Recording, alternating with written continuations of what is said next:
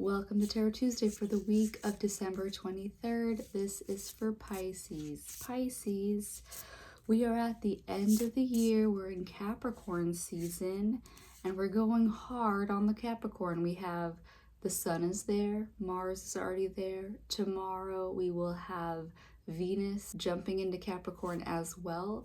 So this is a time to really prioritize and plan what it's gonna look like for you to move into the next year in a good way. This is about the time of year where since Yule, which was the 21st, since that solstice, prepping through to the Lunar New Year is a lot of looking at yes or no type Marie Kondo, keep it in my life, keep it out of my life, that type of stuff. Know that I've been reminding people that I do read to sun, moon, risings, so you can read to your chart, but to keep it simple, read to your sun, as that's what I usually address when I'm talking about your pre-shadow, post-shadow to your season, but your rising sign is also your first house of self, and then your moon sign is how you internally feel things throughout the season. So my moon is Pisces as well, so I will check in with what's going on over here as well when I'm listening to these. Yeah, okay, so let's see what we got going on for you. I'm using the Forager's Daughter Tarot. It is a deck that I received from one of my Leo ladies back where I used to live in Arizona. I have no idea where she is because she's a Leo lady and she is my most mobile Libra lady, Leo lady. Leos and Libras, we're complementary, but we're very different. All right. So you Pisces, you've got the Lover's card. Lover's card, how nice for you. And so while this can mean cozy, comfy time with your partners, it can also just be that feminine, masculine balance within you. Everybody in the world, regardless of their anatomy, have the need to be more on the what are more typically masculine side. So when we think of more active roles, that's what we put as a masculine, or for the more feminine, winter time is the feminine season and is a time where we actually go in and recharge, rest, reflect on things. So there's a little bit more intuitive energy that goes into the winter time and to feminine energy. So Pisces, wherever you feel like balancing and rounding out yourself, when you look at a yin yang, it has a black and white part of the circle, but then there's two dots within each of them, which is saying that there is a little bit of yin in the yang and there's a little bit of yang in the yin. There is a balance. It's not just all or one, because if we were all one, if it was all nighttime, the world would freeze over, or at least half of the world that was in the nighttime would freeze over and the half that is in the light would burn. So there has to be balance is what this card is asking you. And just energetically, are you, for how much you are asserting yourself into the wintertime, are you resting and recharging? Because this is how you can incite illness, is one of the things I like to remind people.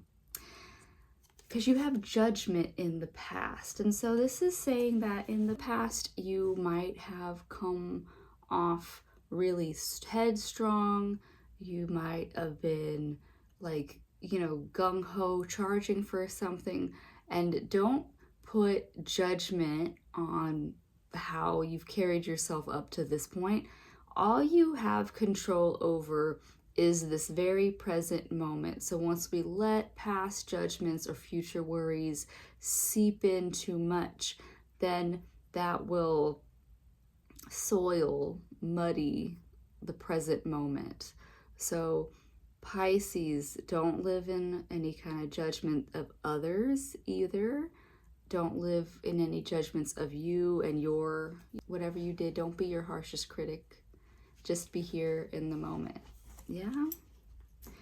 Because you have the Star reversed. Somebody else had this one as well.